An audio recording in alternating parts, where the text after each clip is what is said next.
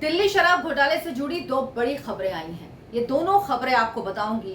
साथ ही ये भी बताऊंगी कि वो कौन सी खबर है जिसने सरजी की बेचैनी बढ़ा दी है, सरजी का बीपी बढ़ा दिया है, सरजी को अब नींद नहीं आ रही, सरजी बहुत ज्यादा परेशान है। नमस्कार, बहुत बहुत स्वागत है आपका। आप देखना शुरू कर चुके हैं राष्ट्रपथ। आपके साथ मैं हूं अर्चना सिंह।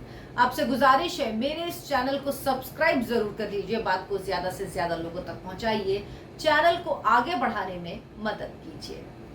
आबकारी घोटाले में फंसे दिल्ली के डिप्टी सीएम मनीष सिसोदिया पिछले 4.5 महीने से ईडी की हिरासत में हैं। मनीष सिसोदिया को सीबीआई ने 26 फरवरी को गिरफ्तार किया। तब से अब तक मनीष सिसोदिया को जमानत ही नहीं मिल पाई। अब तक 20-22 बार वो तकरीबन जा चुके होंगे कोर्ट के पास, लेकिन हर बार कोर्ट उन्हें जमानत देने से इनकार कर देती है।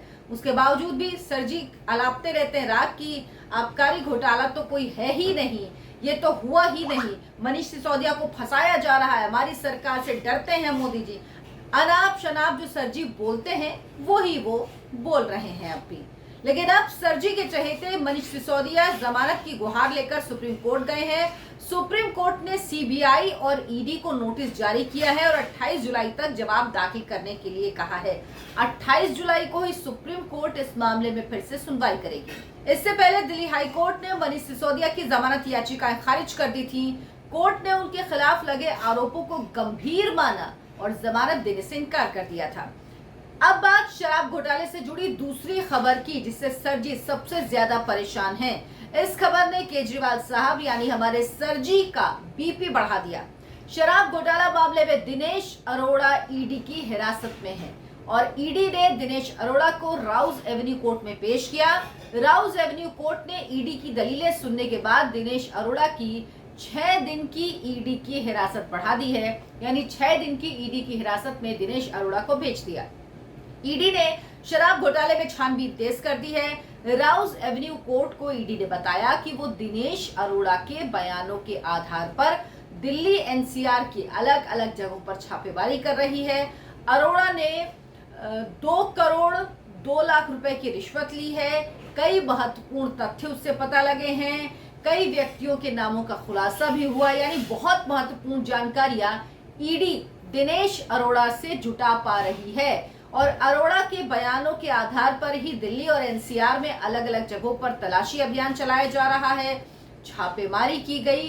कई जगह से कई आपत्तिजनक सामग्री, कई पेपर्स, डॉक्यूमेंट्स बरामद भी किए गए और आगे भी ऐसे डॉक्यूमेंट्स, ऐसे पेपर बरामद किए जाने की संभावना है। इसीलिए ईडी ने कहा कि उन्हें दिनेश अरोड़ा की हिरासत की जरूरत है, यानी उनकी कस्टडी में दिनेश अरोड़ा को भेज दिया जाए।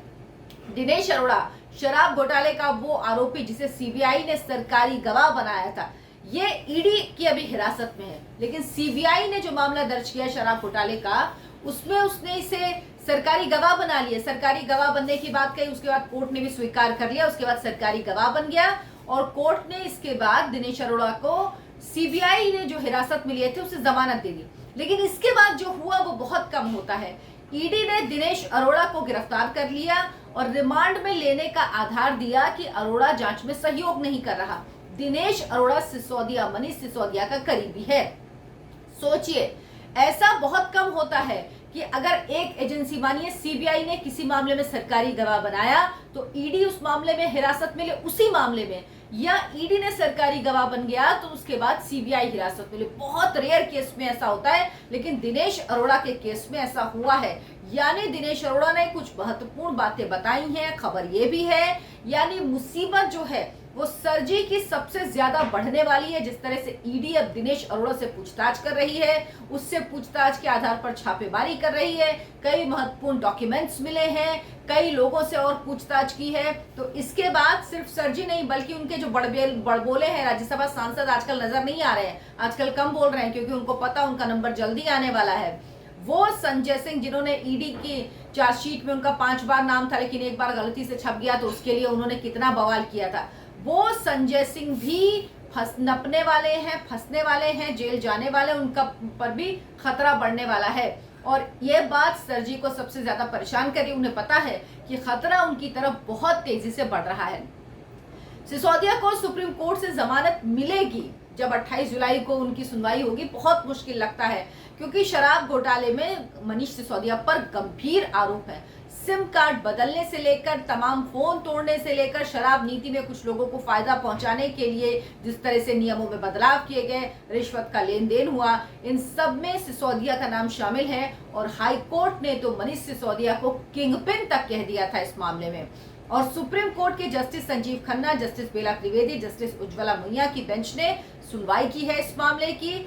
और गिरफ्तारी के बाद सिसोदिया कई बार जमानत के लिए कोर्ट जा चुके हैं, लेकिन कोर्ट बार बार मना कर देती है। इसकी वजह यही है कि वो मुख्य आरोपी हैं, उन्हें मुख्य साजिशकर्ता इस पूरे मामले के हैं और एक रसूखदार व्यक्ति हैं, मंत्री रहे हैं, 18 मंत्रालय उनके पास थे, अरविंद केजरीवाल के बाद नंबर 2 की पोजीशन में थे। तो वो इस स्थिति में है कि वो गवाहों को, सबूतों को प्रभावित कर सकते हैं, इसीलिए उनको जमानत कोर्ट नहीं दे रही। और सुप्रीम कोर्ट हालांकि उसका फैसला क्या होगा इस बारे में कोई कुछ नहीं कह सकता, लेकिन कम से कम आसार नजर नहीं आते हैं। कोर्ट ने दलील दी कि ये बेहद संगीन मामला है, सिसोदिया के बाहर आने से गवाहों, सबूतों से छेड़छाड़ हो सकती है। हालांकि पत्नी की बीमारी की वजह बताकर कई बार अंतरिम जमानत की अर्जी दे चुके हैं मनीष सिसोदिया। एक बार कोर्ट ने उन्हें कुछ घंटे के लिए इजाजत दी भी थी कि पत्नी से मिलने जा सकते, लेकिन उनकी मुलाकात नहीं हो पाई थी क्योंकि पत्नी को अस्पताल ले जाया गया तो उनकी तबीयत कुछ बिगड़ गई थी।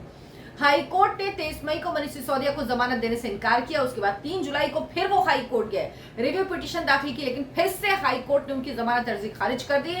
अब मनीष सिसोदिया ने हाई कोर्ट के इन दोनों आदेशों को सुप्रीम कोर्ट में चुनौती दी है। उनकी ओर से जमानत याचिका सुप्रीम कोर्ट में दाखिल की गई है, लेकिन मैं फिर से कह रही हूँ कि बहुत मुश्किल है सुप्रीम कोर्ट से जमानत मिले। उसके बाद दिनेश अरोड़ा से अब ईडी जिस तरह से पूछताछ कर रही है, वो जिस तरह से ईडी की हिरासत में है, ईडी की रिमांड में है, अब अरविंद केजरीवाल की मुश्किलें लगातार बढ़ती जा रही है। अरविंद केजरीवाल को मुश्किलें नजर भी आ रही, इसीलिए आप उनके बयान भी सुन रहे होंगे। जब ईडी को एक्सेस दे दिया गया जीएसटी का कानून में बदलाव करके, उसमें उनको दिक्कत हुई क्योंकि उनको पता है कि इससे सारे तार जुड़ेंगे और उनकी गर्दन जल्द फंस सकती है। तो तमाम ये वजह जिसकी वजह से आप अरविंद केजरीवाल के बयान भी सुनते रहते हैं, उनकी परेशानी की वजह भी समझ में आती है, क्योंकि नंबर तो सबका आएगा। मेरे इस वीडियो को लाइक करें, शेयर करें और चैनल को सब्सक्राइब जरूर कर लें। नमस्कार।